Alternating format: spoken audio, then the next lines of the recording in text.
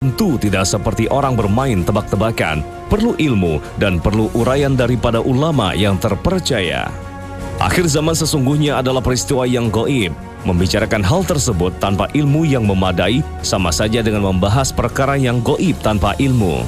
Memastikan semua peristiwa di masa depan tanpa sandaran hadis yang sahih, apa bedanya dengan paranormal atau dukun yang menerawang masa depan? Oleh karena itu, validitas informasi dan hadis yang menjelaskan harus benar-benar diperhatikan.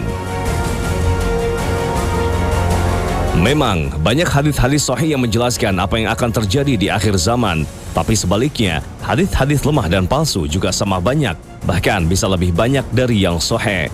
Sehingga perlu kehati-hatian dan ketelitian dalam memilih sumber informasi agar tidak terjebak pada kesimpulan yang salah.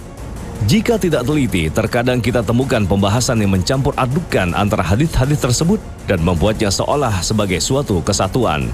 Hadis-hadis lemah memang kadang ditoleransi dengan syarat-syarat yang ketat. Di antaranya, hadis ini hanya sebagai pendukung dari hadis sahih tentang tema yang sama.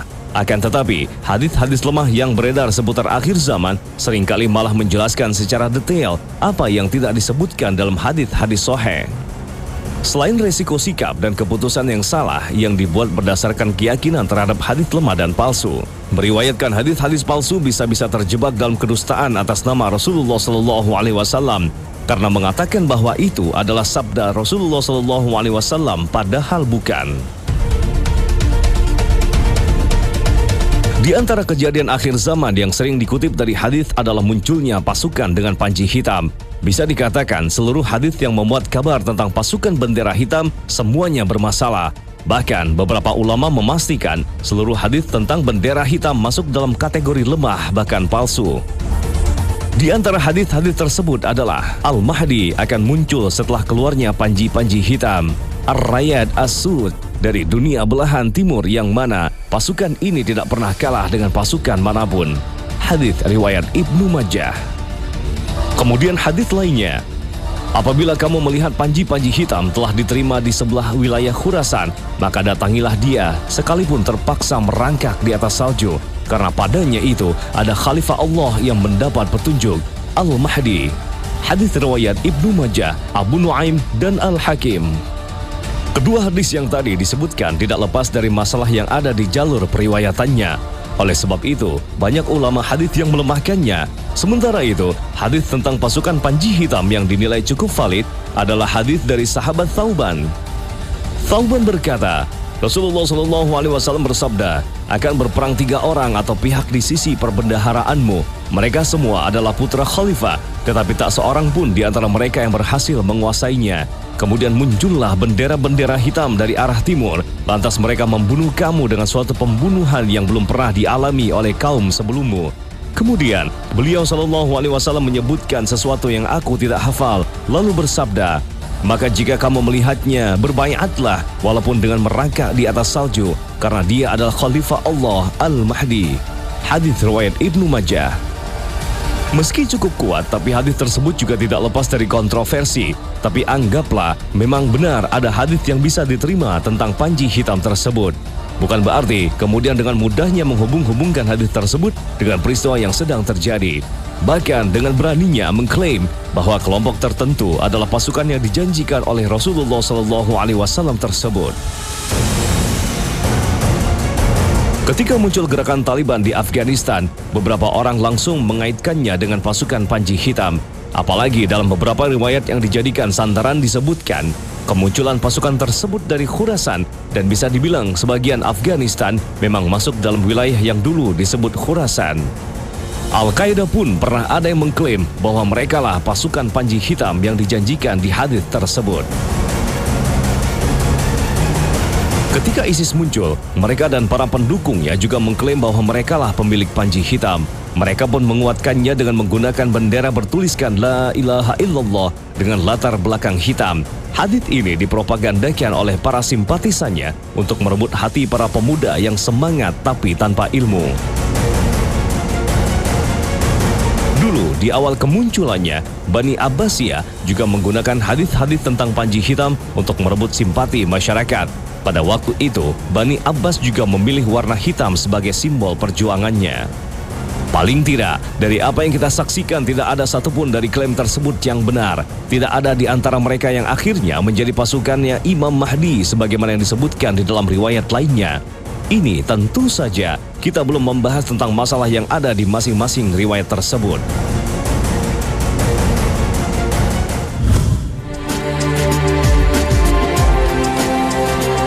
Tak kalah pentingnya tentang hadis akhir zaman adalah kita tidak seharusnya terburu-buru mengaitkan hadis tersebut dengan kejadian tertentu, orang tertentu, atau tempat tertentu. Beberapa ulama mengatakan tidak boleh mengaitkan hadis tentang masa depan dengan peristiwa tertentu, kecuali bila peristiwa tersebut telah berlalu dan ditemukan kecocokan 100% dengan apa yang disebutkan di dalam hadis. Peristiwa yang telah terjadi yang betul-betul cocok dengan apa yang disebutkan oleh Rasulullah SAW adalah tentang dua orang dari Bani Thaqif, yang satu pendusta dan satunya lagi pembunuh.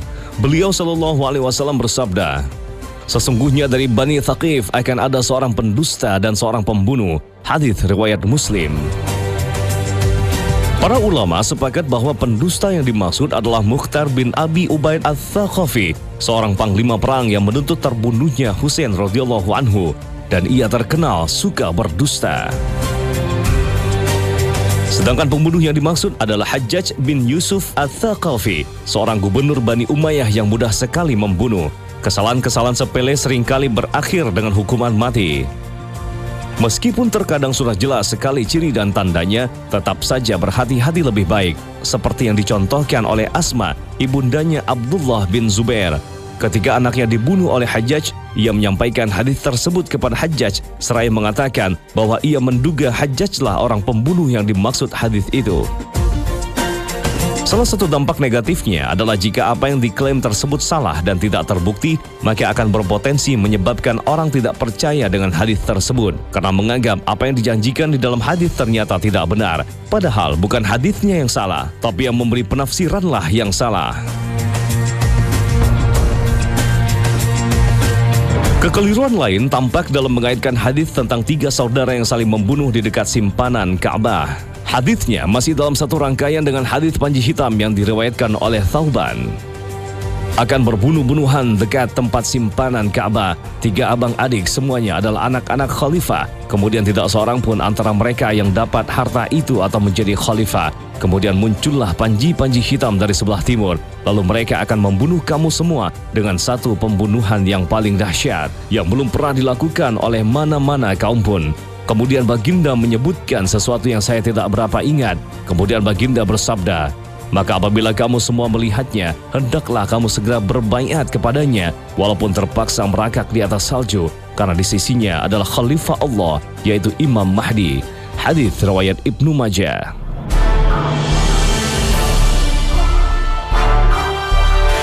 Hadis tersebut banyak disebut-sebut pasca meninggalnya Raja Fahd, pemimpin Raja Saudi sebelum Raja Abdullah dan Raja Salman yang sekarang memimpin. Hadis ini kemudian diikuti dengan berbagai analisa yang tidak jelas sumbernya, yang mengatakan bahwa 3 orang putra khalifah yang dimaksud di hadis tersebut adalah para pangeran Saudi yang memperebutkan kekuasaan sepeninggal Raja Fahd. Analisa ini mengatakan bahwa saat itu kerajaan Arab Saudi sebenarnya sedang berada dalam perpecahan menjadi 4 kelompok.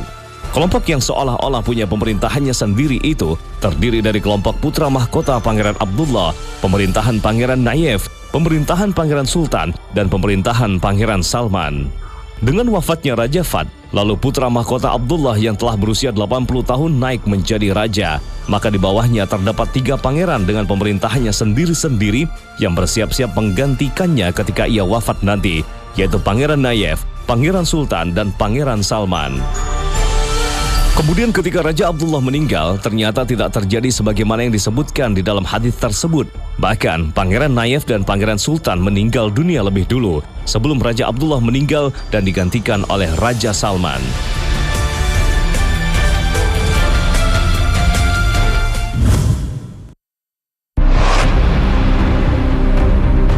Rasulullah SAW bersabda, "Hari kiamat tak akan terjadi sebelum sungai Efrat mengering dan menyingkapkan gunung emas yang mendorong manusia berperang. 99 dari 100 orang akan tewas, dan setiap hari mereka berkata, mungkin aku satu-satunya yang akan tetap hidup."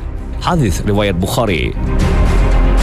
Dalam hadis tersebut, Rasulullah menjelaskan bahwa sungai Efrat yang saat ini mengalir di 3 negara besar, Turki, Suriah, dan Irak, pada saatnya nanti akan menyingkapkan harta karun yang besar berupa gunung emas. Namun beberapa penulis ada yang beropini bahwa emas yang disebutkan di dalam hadis hanyalah kiasan, yang dimaksud sebenarnya adalah minyak bumi. Penemuan minyak bumi inilah yang kemudian banyak memicu peperangan. Di antaranya adalah Perang Teluk yang menewaskan lebih dari 25.000 jiwa. Tapi dengan berlalunya waktu, analisa tersebut ternyata keliru. Sungai Efrat belum lagi mengering dan juga belum terlihat tanda-tanda akan ditemukannya emas. Perang Suriah yang telah berlangsung sejak tahun 2011 telah membetot perhatian dunia, tak terkecuali para penggiat wacana akhir zaman. Hal ini diperkuat dengan banyaknya hadis-hadis sahih yang membicarakan tentang Syam dan kondisinya di akhir zaman. Syam hari ini terbagi menjadi 4 negara, Yordania, Libanon, Palestina, dan Suriah. Sejarah bumi Syam adalah sejarah yang penuh dengan masa keemasan dan kemuliaan. Syam adalah negeri para nabi dan rasul, negeri sahabat, para ulama dan penuntut ilmu. Berikut salah satu hadis yang menunjukkan keistimewaan negeri Syam.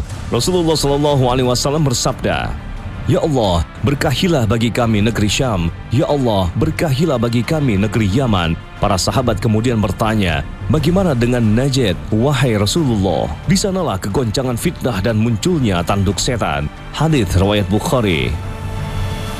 Adapun kaitannya dengan akhir zaman dan peperangan besar juga disebutkan dalam hadis yang diriwayatkan oleh Imam Muslim. Rasulullah SAW bersabda, "Tidak akan terjadi hari kiamat sehingga kaum Rum turun di kota Amaq, lembah Atiyak, selatan Turki, dan di Dabiq dekat Aleppo, Syria.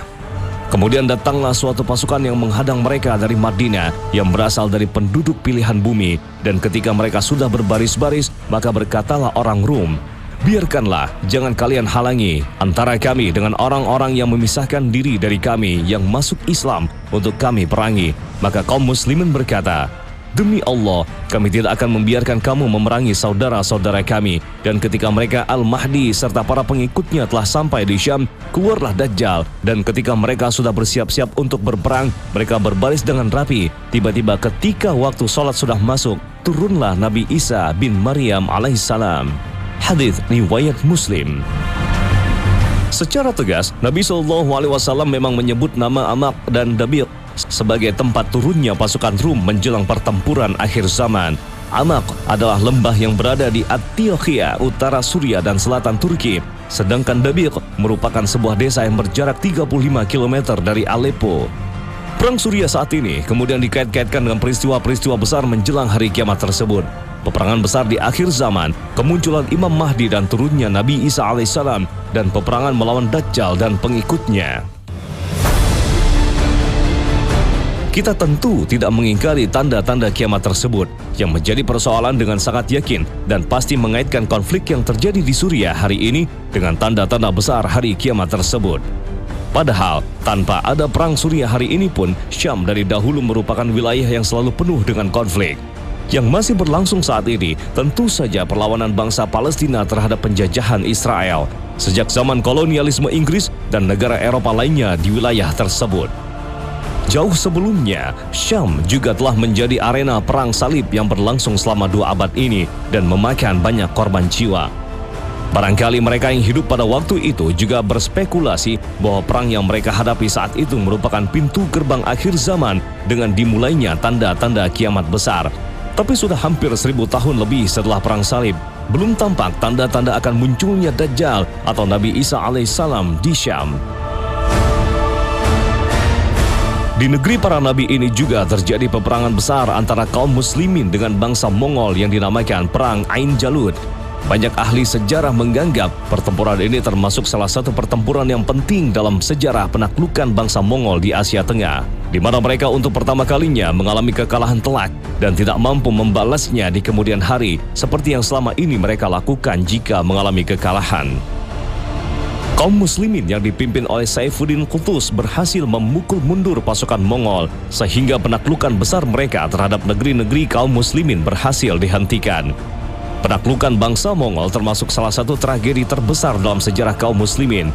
Jutaan jiwa melayang, kota-kota di bumi hanguskan, perpustakaan dan buku-buku dibakar. Barangkali mereka yang hidup pada saat itu juga berpikir bahwa bangsa Mongol adalah Ya'juj dan Ma'juj yang kemunculannya menjadi salah satu tanda semakin dekatnya hari kiamat. Dan hari ini sudah berlalu 800 tahun dari penjajahan bangsa Mongol terhadap negeri-negeri Islam. Belum juga tampak rentetan kejadian seperti yang diceritakan dalam hadis Nabi SAW.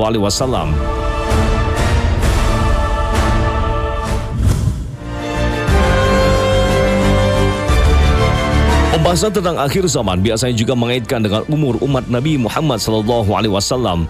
Perlu kita ketahui bahwa tidak ada satu riwayat pun yang sahih dari Rasulullah SAW yang menguraikan secara jelas umur umat Islam. Jika ada hadis yang menguraikan secara detail umur umat Rasulullah SAW, maka dapat dipastikan hadis tersebut adalah lemah atau palsu.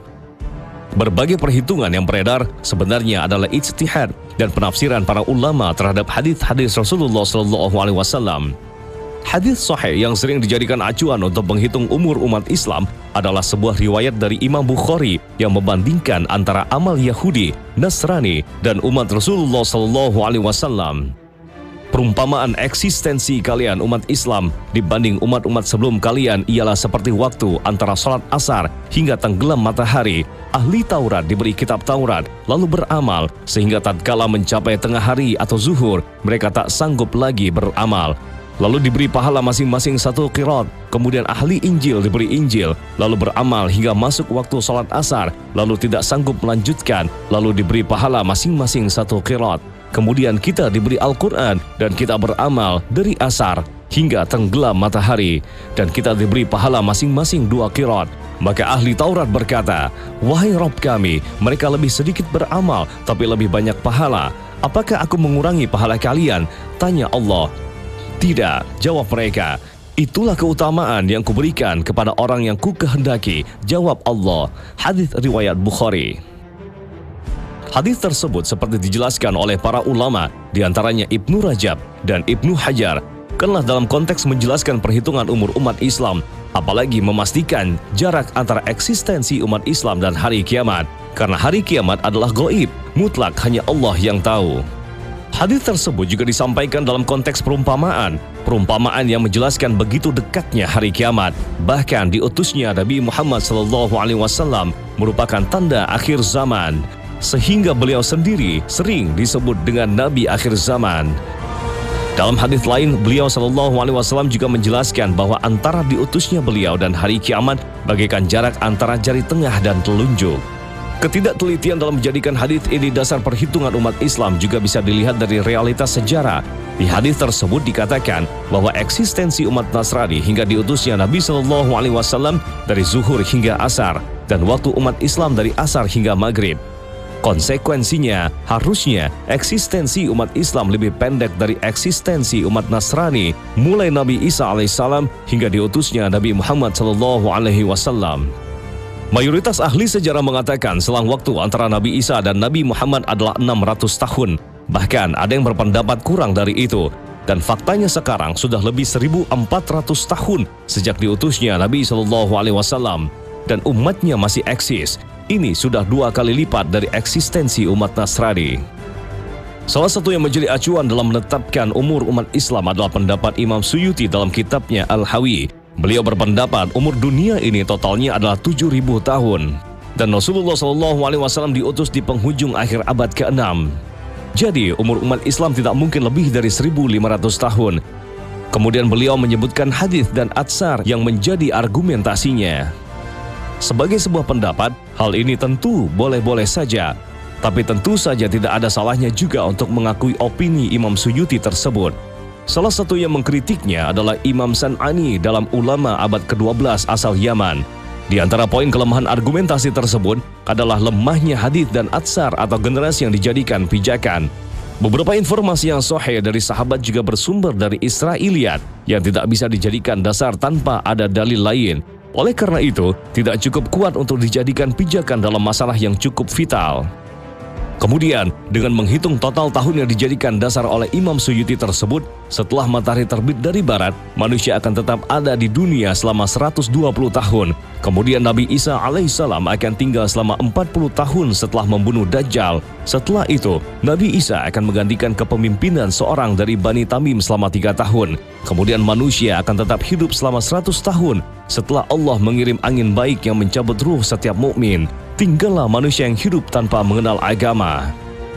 Jadi dengan perhitungan tersebut, mestinya Dajjal akan muncul pada tahun 1237 Hijriah yang kemudian diikuti oleh tanda-tanda kiamat lainnya. Tapi sampai sekarang, tahun 1438 Hijriah, ternyata tidak ada satupun dari peristiwa tersebut yang sudah terjadi.